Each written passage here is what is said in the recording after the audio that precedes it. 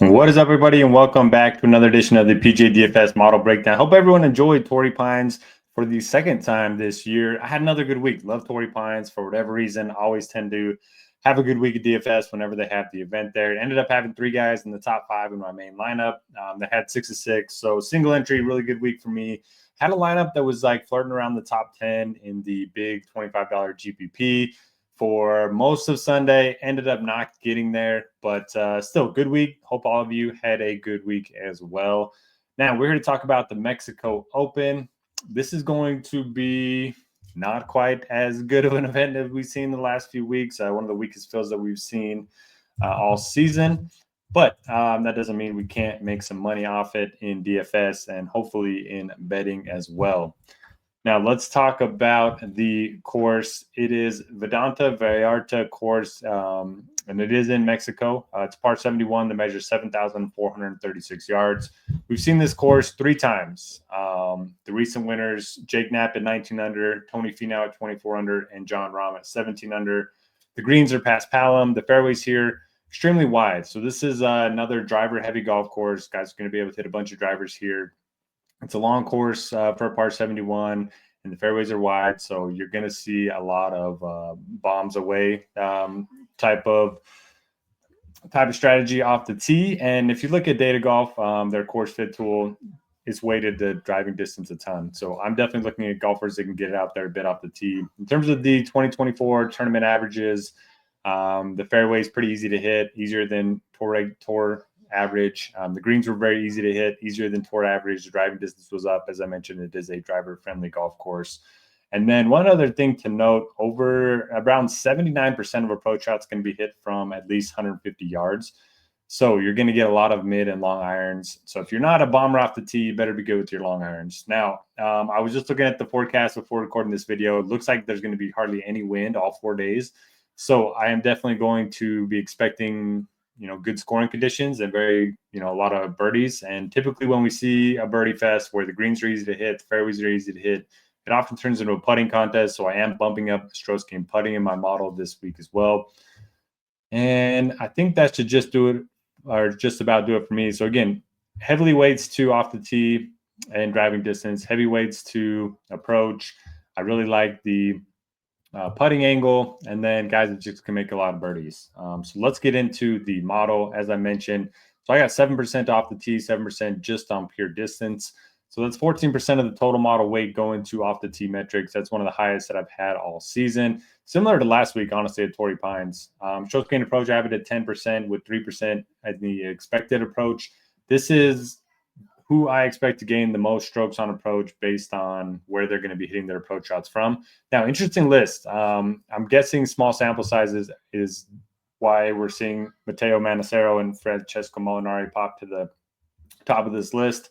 The rest of their stats aren't that great, although their approach numbers are pretty good. But then we're followed by Putnam, Kitayama, Grayson Sigg, who has been very good here in his 3 appearances. Strokes gained around the green. Again, I think these greens are going to be hit at a really high rate, so I'm not putting a ton of emphasis on around the green. Strokes gained putting, I have it at 10%, which again is one of the higher marks that I'll have all season. And the greens here are past Palom, so we don't have a ton of strokes gained data with past Palom. Usually, when we have courses that have past Palom grass, we don't have shot link data for it, so we don't have a large sample on who puts the best on past Palom greens. That's why I didn't have that specific putting metric in here. 7% weight to birdie or better percentage, and then 3% weight to bogey avoidance.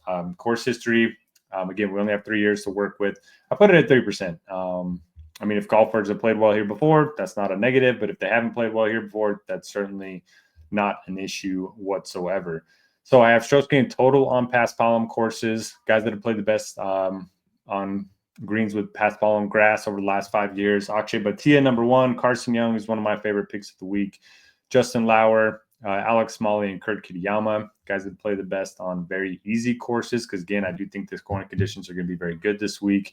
Ben Griffin, Alex Smalley, Steven Yeager, Bo Hostler, and Andrew Putnam. And then guys that play the best on driver-heavy courses. And you can find all of these filters at the rabbit hole at Betsperts. If you want to try that out, we have some links. You can sign up, save a little bit of money. It is my favorite stat engine by far. So we have Jaeger up at the top, followed by Bhatia, Aaron Rai, Bo Hostler, and Sam Stevens. Now, let's get to the form and field strength. I have 15% equally weighted to how high golfers finish. Again, if you want to chase more upside, bump up this top 5, top 10% columns. If you want to chase more safety, you can bump up any of these 4 columns. And then the field strength, I have it at 9% because it's a pretty weak field, so I don't want to put too much of a emphasis on guys that play well in strong fields, but I do want to reward those guys. So somebody like Jaeger, Kitayama, if you bump this up, they're going to naturally get a boost because they are playing in better fields than most of the rest of the golfers this week. Okay, let's get to the very top. Now, usually when we have Scotty Scheffler in the field, he has a rating somewhere in the 90 to like 96 out of a potential 100, right? Because he's the best golfer in the world. He's going to pop in all the stats. He's going to pop in all the miscellaneous stuff. He's going to pop in the top 5%, top 10%, top 25% metrics. But we don't have that this week. We have Akshay number 1, but with the rating of 79.6. And basically what that means is like there's a difference between him and the 11th place golfer of like 10 percentage points, right?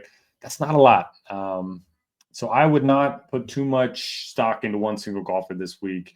I'm going to try to take more of a balanced build rather than just load up on one of the top guys, because you'll see like the 6K range on DraftKings really bad. There's only one golfer that I feel comfortable with. We'll get to him here in a bit. So I'm not going to be building a lot of lineups with 2 guys above 10K. I think it's certainly fine starting with one of them, but 36% ownership, I don't know. I don't think I'm going to get there. I would rather just take 20% there and then take 20% on all these guys and be overweight on them. And just go underweight on Kitayama and Bhatia, overweight on Stevens, Jaeger, Rai, Hostler, because they have similar projections and they're cheaper and they're going to be lower on.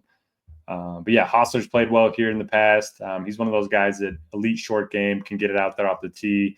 Aaron Rai, excellent long iron player. So while he's not a bomber, he does very good with his long irons, and he's got a couple top 25s here.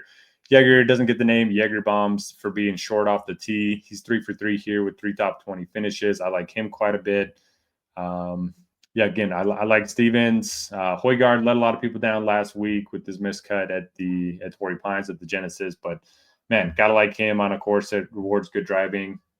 I don't know what to do with Ben Griffin, one of the shorter hitters up here, but I guess if I'm playing Aaron Rai, I should probably play Ben Griffin because, very similar metrics, good long iron player, good short game, and the best in the field on easy courses. So I'll probably play some Ben Griffin at 8,900. Rogers has been great here, nearly won last week at Torrey Pines. That was a lot of fun. I was kind of hoping he could get it done there on Sunday. I like Harry Hall anytime we get him on easy courses. Yeah, Michael Kim, who's got a couple top 15s in a row. That's been impressive at Phoenix and Torrey. So now he gets a weaker field. Guy that you might want to get in on this week. Alex Smalley's been in good form, good ball striker. Fishburne rates out extremely well. Now, a lot of these stats are kind of based on the last 18 months, and, he hasn't been as good over the last 3 to 6 months. But, man, great course fit. He did miss the cut here last year. I mean, I'm probably going to be overweight, even though he's going to be kind of popular. 7,800 is a really good price point there. See if there's anybody else that's popping. I'm excited to see Mahler in the field. We don't get to see him in the PGA Tour a whole lot, so that'll be a fun one. Kevin Yu's a bomber. EVR and Chan Kim project extremely well for me. Carson Young's one of my favorite picks of the week. Anytime you get him on a course where it's easy to hit these greens, he tends to shine. He's been great here, T8, T15. So he's one of my outright picks at 75 to 1. Probably going to be a core play for me in DFS as well. Jesper Svensson, don't know a lot about him, but so far the metrics are good, especially off the tee. One of the better drivers of the ball in the field. Makes a ton of birdies, so I will definitely play some of him at 7,600. Moving down, the other Højgaard, I like seeing both of them in the field. That's going to be fun. I'll probably end up with more Nikolai than Rasmus just because he is a lot cheaper. Meissner, Putnam, no strong takes there. I do like Bridgman quite a bit. Rico Ho is a good ball striker. Hayden Springer, the only guy in the 6Ks that I really like, 6,800 for a guy that absolutely bombs it off the tee, top 15 in this field in distance. And then so far this year, he's top 10 in this field in strokes gained approach. Now, he hasn't played a ton of tournaments, but I will definitely play a bunch of Springer. And that should just about do it. I mean, don't mind Vincent Whaley, don't mind Matty Schmid. Grayson Stiggs got the good course history, so I might play some of him, even though he's overpriced. And that should just about do it. So I want to wish everyone the best of luck. If you want to tell my bets, I bet on Hostler at 35-1. I bet on Aaron Wright at 33-1. I bet on Yeager at 28-1. And I bet at Carson Young at 75-1. Best of luck, everybody, and we'll catch you back here next week.